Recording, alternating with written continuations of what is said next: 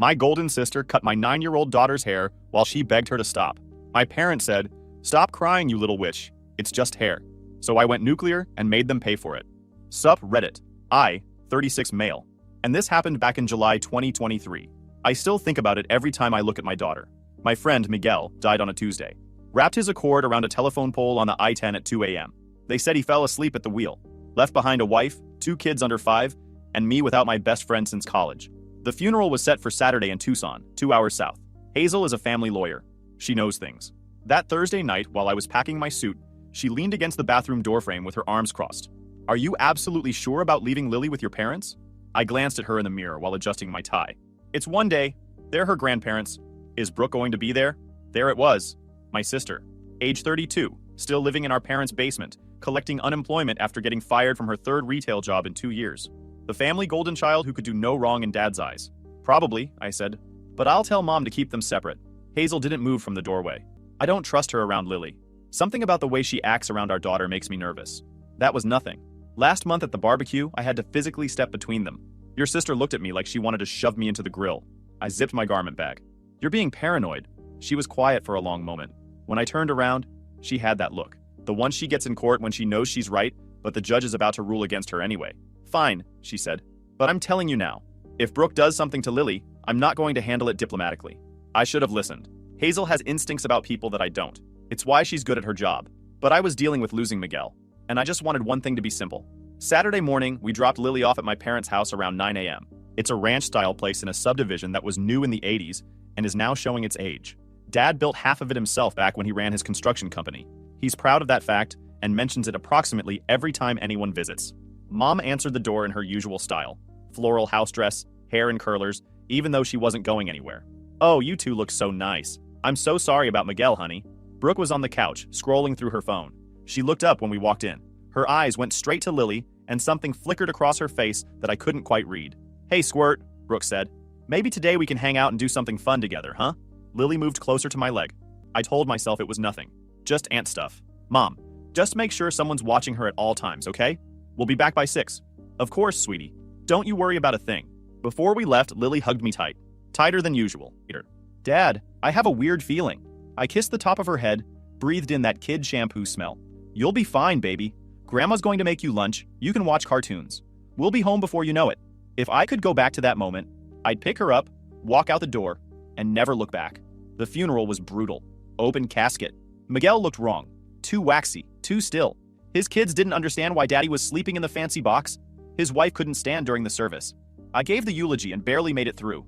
On the drive back, I kept thinking about mortality, about how fast everything can change. Hazel held my hand across the center console and didn't say anything, which was exactly what I needed. We got back to my parents' house at 5:45 p.m. Early, actually. The sun was still high, making everything in the neighborhood look washed out and too bright. I used my key to open the front door. Immediately, I heard crying. Not tantrum crying, not hurt crying. Something worse. The living room looked normal.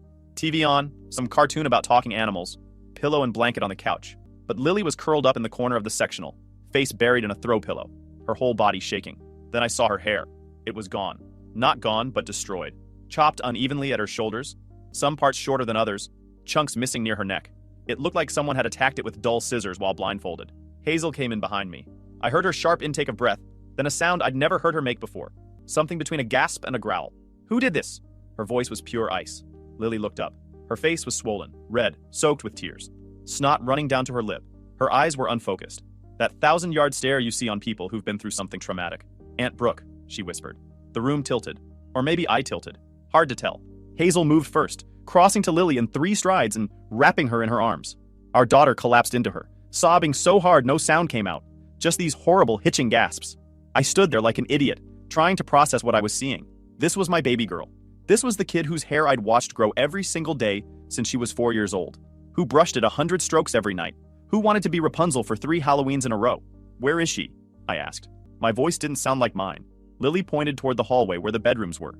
"Stay here," I told Hazel. Then I walked down that hallway like a man walking to his own execution. Brooke's door was closed. I didn't knock, just grabbed the handle and shoved it open. She was sitting on her bed, scrolling through Instagram like nothing had happened. When she saw me, she actually smiled. "Oh good, you're back. How was the funeral? What the heck did you do?" She blinked.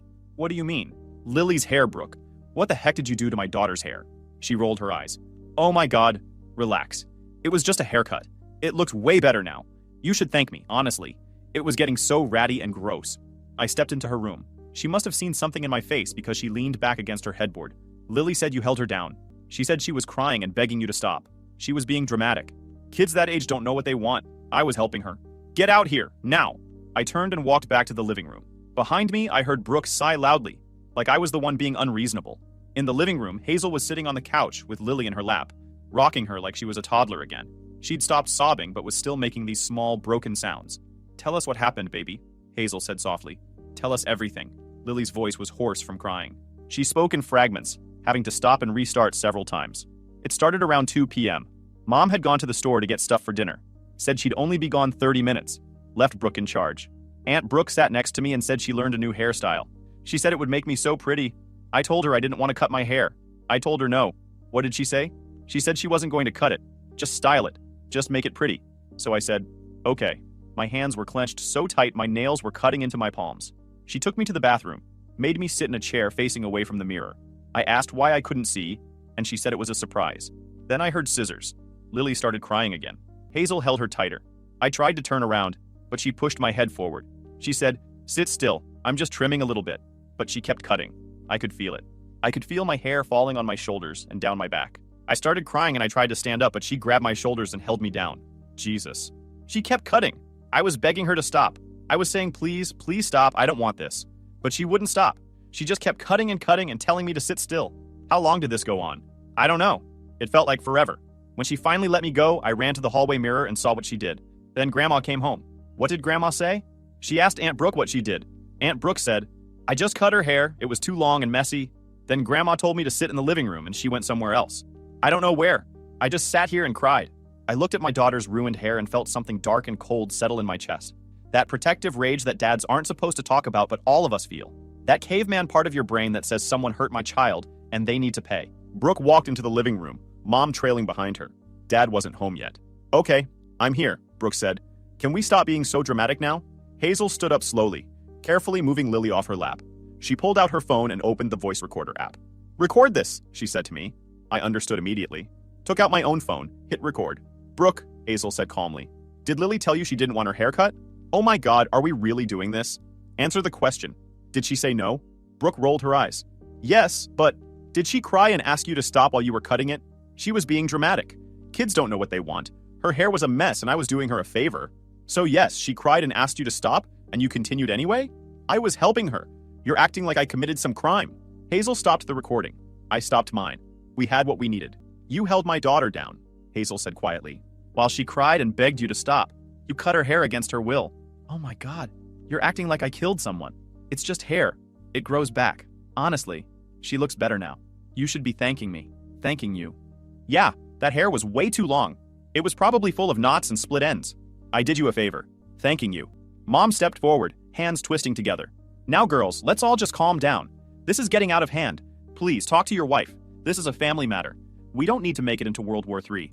I looked at my mother. This woman who'd promised to take care of my daughter. Who'd failed completely. Where were you, Mom? I was just at the store, honey. I was only gone 30 minutes. 30 minutes was all it took for your daughter to assault my child. Assault? Brooke laughed. Are you kidding me right now? The front door opened. Dad walked in carrying a bag from Home Depot. Probably some fixture he was going to spend all weekend installing. He took one look at all of us standing there and set his bag down. What's going on? Dad is one of those guys who thinks volume equals authority. 6'2", still has the build from his construction days even though he's been retired for 5 years. Gray crew cut, permanent sunburn on his neck. The kind of man who has opinions about everything and considers listening to be a sign of weakness. Brooke cut Lily's hair and now they're all upset, Mom said quickly. Dad looked at Lily's hair, then at Brooke, then at us. It's just a haircut. What's the big deal? The big deal, Hazel said, her voice still in that scary, calm register, is that your daughter physically restrained our child while our child was crying and begging her to stop. That's assault. Assault. Dad barked out a laugh. You've got to be kidding me. This is family business. Brooke was helping the girl. Look at her. She looks fine. She looks fine? I stepped forward. Dad, look at your granddaughter. Lily's eyes were swollen nearly shut. Her face was blotchy and red. Her lip was trembling. And her hair, the hair she'd loved more than anything, was destroyed. She's fine, Dad said dismissively. Kids cry. She'll get over it. Now I think everyone needs to calm down and stop making my daughter feel bad for trying to help. Help? Hazel's voice was rising now. She held Lily down. Lily said no, multiple times. She said no, and Brooke did it anyway. Do you understand what that teaches a child? It teaches her that adults know better, Brooke said smugly. Kids don't know what's good for them. That's why they have parents and aunts who care about them. You don't care about her. You wanted to hurt her because you're jealous. Jealous? Brooke's voice went shrill. Of what? Her hair? Are you insane? You've been making comments about it for years. You've been trying to convince her to cut it. You couldn't stand that a 9-year-old had something beautiful that you wanted to destroy. Oh, screw you. You've always thought you were better than me. Coming in here with your fancy lawyer job and your perfect little family. You know what? Yeah, I cut her hair. And I'd do it again. She looks better. You're welcome. The room went silent. Something in me switched off. Or maybe it switched on. Hard to tell the difference. I'd spent my whole life being the peacekeeper. The good son who swallowed his opinions to keep family dinners civil. The one who made excuses for Brooke's behavior. Because that's what families do. Not anymore. I walked to the kitchen. Mom's big fabric shears were on the counter, where she'd left them after wrapping Christmas presents. I picked them up. Matt? Hazel's voice behind me. Not stopping me, just checking. Take Lily outside to the car, I said. Lock the doors. She understood. Took Lily by the hand and walked her out the front door. I heard the car doors close. Heard the locks engage. I walked back into the living room with the scissors. Brooke saw them and took a step back. What are you doing? I didn't answer. Just walked toward her. Dad! Her voice went up an octave. Dad, do something! Dad moved to intercept me. I looked at him. Really looked at him. Let him see whatever was on my face. He stopped. Think about what you're doing, he said. But his voice was uncertain now. I have. I walked past him. Brooke backed up against the wall. Come on, I'm your sister. We can talk about this. I'm sorry, okay? I'm sorry. Please don't. I grabbed a handful of her hair. One thick section near her left temple. She tried to jerk away, but I held tight. You wanted to know what it felt like to make someone beautiful? I said. Let me show you. One cut. Quick and brutal. The scissors were sharp. Went through clean. I dropped the hair on the floor and stepped back. Brooke touched the side of her head where a chunk was missing. Her hand came away shaking. Then she looked at the hair on the floor and started screaming. I set the scissors on the coffee table. Didn't throw them. Didn't brandish them. Just set them down and pulled out my phone. What are you doing? Dad demanded. I dialed 911. What the heck do you think you're doing? The operator answered. 911. What's your emergency? I need to report an assault on a minor, I said. My voice was steady, calmer than I felt. My 9-year-old daughter was physically restrained by my sister and had her hair forcibly cut while she cried and begged her to stop. Brooke was still screaming. Dad lunged for my phone, but I stepped out of reach.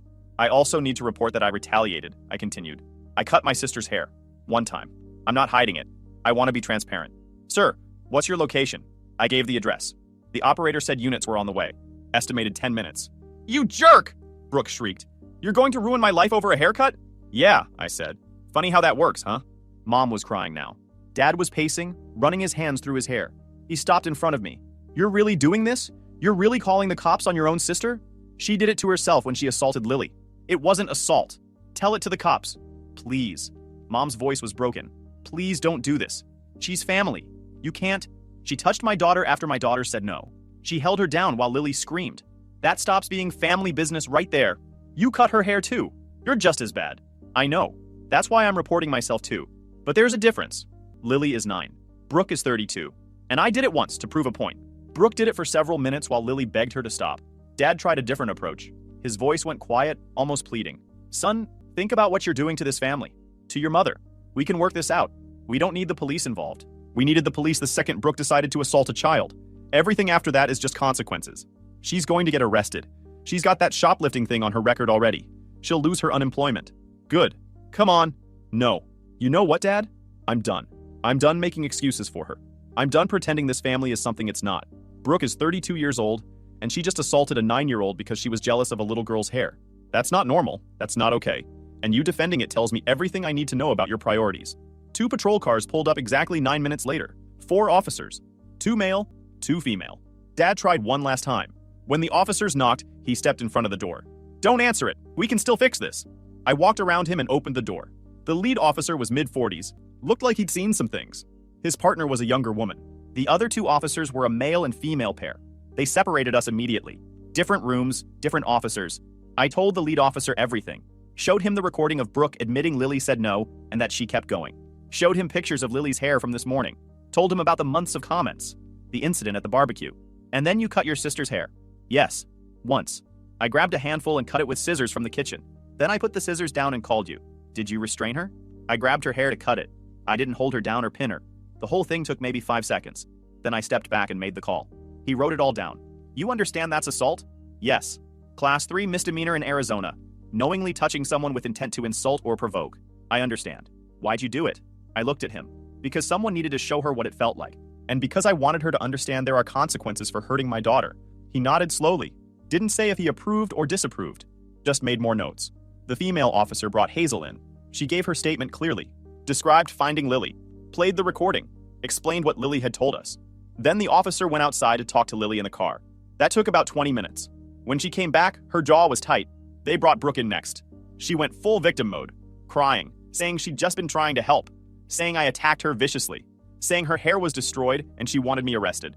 Ma'am, did the child consent to having her hair cut? She's 9. Kids don't know what they want. Did she say no? Well, yes, but did she cry and ask you to stop?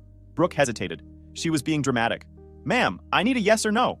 Did the child cry and ask you to stop cutting her hair? Yes, but I was helping her. And you continued cutting after she asked you to stop? I was doing her a favor. This is insane. You should be arresting him. He attacked me. We'll get to that. Did you physically hold the child in place while cutting her hair? I put my hands on her shoulders so she'd sit still. So you physically restrained her? I was just trying to help. The lead officer came back over to me while Brooke was still being questioned. We're going to need you to come down to the station. You'll be cited for misdemeanor assault. I understand. You're not under arrest right now, but you'll get a court date. You'll need to appear.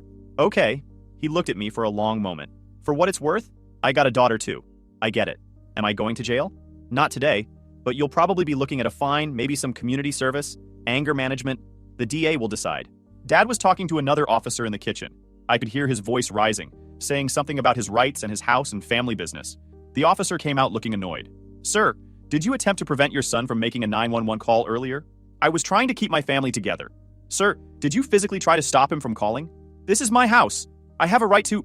Sir, that's preventing the use of a telephone in an emergency. That's a Class 2 misdemeanor in Arizona.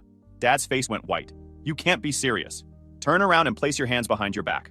What? No, I didn't do anything wrong. Sir, you attempted to prevent someone from calling emergency services during an active assault on a minor. Turn around. This is ridiculous! Another officer stepped in. Together, they cuffed Dad. He wasn't yelling anymore. Just standing there rigid, staring at the wall. Brooke was cuffed next. She started crying when she saw the handcuffs. Please, please don't. I'll lose my unemployment. I have a record already. Please. The female officer read her the charges. Ma'am, you're being arrested for assault on a minor and unlawful imprisonment. Unlawful imprisonment? What the heck? I just cut her hair. You physically restrained a minor who couldn't leave. That's unlawful imprisonment under Arizona Statute 13-1303. One of the male officers glanced at the chunk missing from Brooke's hair and let out a short laugh. She turned red. They walked her to the car. She was sobbing now, mascara running down her face. Mom was on the floor, literally on her knees. Please don't take them, please. She's family. He's your father. You can't do this to family.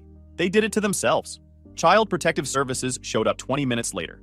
A caseworker interviewed Lily privately, talked to each of us, took about 100 photos of Lily's hair from every angle. When she came back, she said, "We're opening a case file. Not removing Lily from your custody, but we'll be following up. Standard procedure for assault on a minor cases." What about Brooke? Mom asked weakly. She'll be processed and booked. She'll see a judge tomorrow for arraignment. And him?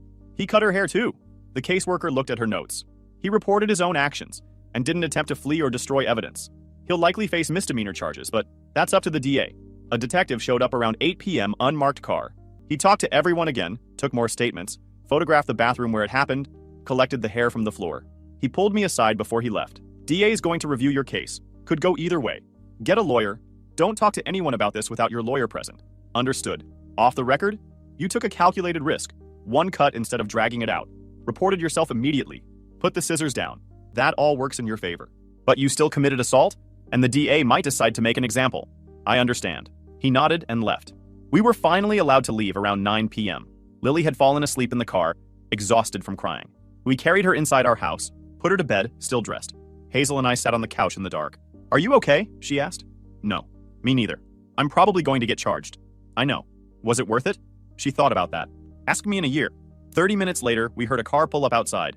A taxi. Then a knock on the door. I opened it to find Grandma standing there with her cane and a small overnight bag. Someone better tell me what the heck happened, she said. And don't lie to me. Grandma was 82 years old and had buried 2 husbands, raised 4 kids, worked as a nurse for 40 years, and taken exactly zero nonsense from anyone since approximately 1960. We told her everything. Didn't sugarcoat it. Didn't make excuses, just laid out exactly what happened. She listened without interrupting. When we were done, she sat back in our armchair and took a deep breath. Your father called me from the police station, told me you'd lost your mind, said you'd ruined the family. What did you say? I told him he ruined the family when he raised a daughter who thinks it's okay to assault children. She looked at us steadily. Then I hung up and got a taxi here. You're not staying with them? I'm not staying anywhere near that circus. Your mother's been calling me nonstop, crying about how I need to fix this, how I need to talk sense into you. What did you tell her? I told her that the only person who needs sense talked into them is Brooke, and it's about 30 years too late for that. Hazel brought her some water. Grandma patted her hand. You raised heck tonight, I hear. I wanted to do what he did. He got there first. Good. Both of you showed that girl there are consequences. Should have happened decades ago, but better late than never. We sat there for a while in the dark, not talking. Finally, Grandma spoke again. They're going to try to paint you as the bad guy. Your father will tell everyone you attacked Brooke unprovoked. Your mother will cry and play the victim. Brooke will say she was just trying to help. I know. You got evidence? Recording of her admitting Lily said no and she kept going. Photos. Lily's statement. Neighbors probably saw the patrol cars. Good. Use it all. This goes to court. You make sure that jury sees exactly what Brooke is. I'll testify if you need me. I'll tell them what she's been like her whole life. The stealing, the lying, the jealousy. All of it. You do that? I love your father, but I'm not blind to what he is. And I'm not going to let him or Brooke destroy your family because they can't accept responsibility. She stayed with us for 3 days. Cooked breakfast, helped Lily pick out new hair bows, told stories about being a nurse in the 70s. On the 3rd day, she packed her bag. Where are you going? Lily asked. Getting my own place, sweetheart. Little apartment. Already put a deposit down. You're not going back to Grandpa and Grandma's house? No, baby. Sometimes people show you who they are and you have to believe them. The DA reviewed my case for 3 weeks. I hired a lawyer. Former prosecutor, knew the system, didn't give me false hope about my chances. Best case scenario, they don't charge you at all. Worst case, you're looking at conviction on Class 3 misdemeanor assault. What's the middle ground? Diversion program. You plead no contest, complete anger management classes, community service, pay a fine. After a year, it gets dismissed, and you don't have a conviction on your record. And what do you think they'll actually do? He leaned back in his chair. Honestly, I think they'll offer diversion. You reported yourself, you have a clean record. The victim was an adult who committed a more serious crime against a child first. You're not a threat to public safety. This was personal and proportional. Proportional, you didn't beat her up. You didn't chase her through the house. You cut her hair once, put the scissors down, and called the cops. That shows restraint. That shows you knew what you were doing and you set a limit. But I still committed assault. Yeah, and you're going to pay for it. But the prosecution knows that if this goes to trial, a jury's going to hear what Brooke did first. They're going to hear your 9-year-old daughter crying on the stand. They might still convict you, but they're also going to send Brooke away for longer. It's not a clean win for anyone. 2 weeks later, the DA's office called. They offered diversion. Exactly what my lawyer predicted. Plead no contest to Class 3 misdemeanor assault. Complete 26 weeks of anger management counseling. 100 hours of community service. $1,500 fine. After 1 year of successful completion, the charge would be dismissed. Take it, my lawyer said. This is as good as it gets. I took it. Brooke's case was different. She was charged with assault on a minor and unlawful imprisonment. Dad was charged with preventing use of a telephone in an emergency. They both pleaded not guilty. The trial was set for October, 3 months out. Lily had to testify. That was the hardest part. Watching our 9-year-old daughter sit in front of a courtroom full of strangers and describe being held down while she cried. Brooke's lawyer tried everything. Said it was a misunderstanding. Said Brooke thought she was helping. Said kids are dramatic and hair grows back. My lawyer was sitting with us in the gallery. He leaned over and whispered, "Watch this backfire." The prosecutor played the recording. Brooke's voice, clear as day, admitting Lily said no. Admitting Lily cried. Then saying she'd do it again. You heard the defendant's own words, the prosecutor said. She admits the victim said no. She admits the victim cried and begged her to stop. And she admits she would do it again. Ladies and gentlemen, that's not a misunderstanding. That's assault. And it's unlawful imprisonment. The jury deliberated for 3 hours. Guilty on both counts. Dad's trial was faster. The evidence was clear. He'd tried to physically stop me from calling 911 during an act of assault on a child. His lawyer argued he was just trying to keep the family together. The prosecutor said he was trying to cover up a crime. Guilty. Brooke got 18 months probation, 200 hours of community service, mandatory psychological counseling, and a 5-year restraining order from Lily. Dad got a $2,000 fine and 6 months probation. Mom sat in the gallery the whole time, crying silently. After the verdict, she tried to approach us. I walked past her. My diversion program started in November. 26 weeks of anger management in a strip mall off the I-10.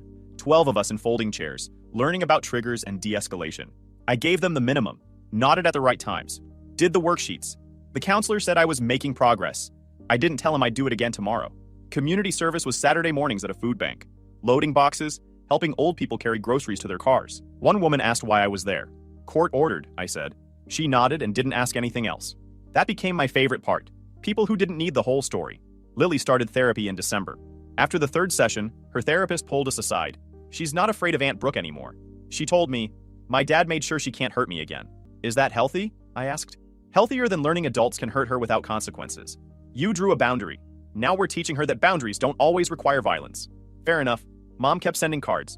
Birthday, Christmas, Easter. All signed, Love Mom, with no mention of Dad or Brooke. In February, she added notes. Short ones. I miss you. Please call. Then paragraphs about forgiveness. About how families work through things. How Brooke was going through something and didn't mean it. I threw them away unopened after that. Grandma moved into her apartment in January. 1 bedroom, 3rd floor, overlooking a park. She seemed lighter, younger, despite complaining about her knees. We visited every Sunday. Brought Lily, had lunch, played cards. Grandma taught Lily how to cheat at gin rummy. Your grandfather called again, she mentioned one Sunday in March. What did he want? For me to talk sense into you. To remind you that Brooke's family. What did you tell him? That family is a verb, not a noun. And Brooke stopped doing the verb a long time ago. We started talking about moving in April. Denver came up. Better schools, better job market, and 2 states between us and Phoenix. In May, I got an offer. Tech company, 30% pay bump, full relocation. Start date in August. I called Grandma first. Good. Put some distance between you and that mess. Can't heal if you keep picking at the scab. Will you be okay? I'm 82 and meaner than a snake. Besides, they have airplanes now. Mom found out in June. Showed up at the house 2 days later. I opened the door. She'd aged 10 years in 10 months. Gray streaks she used to dye. Dark circles. Hands twisting together. Please. 5 minutes. No. Please, I'm begging you. Hazel appeared behind me. You need to leave. I'm his mother. You left our daughter alone with Brooke. Then you defended what she did. You made your choice. Mom's voice cracked. I made a mistake. I know I did.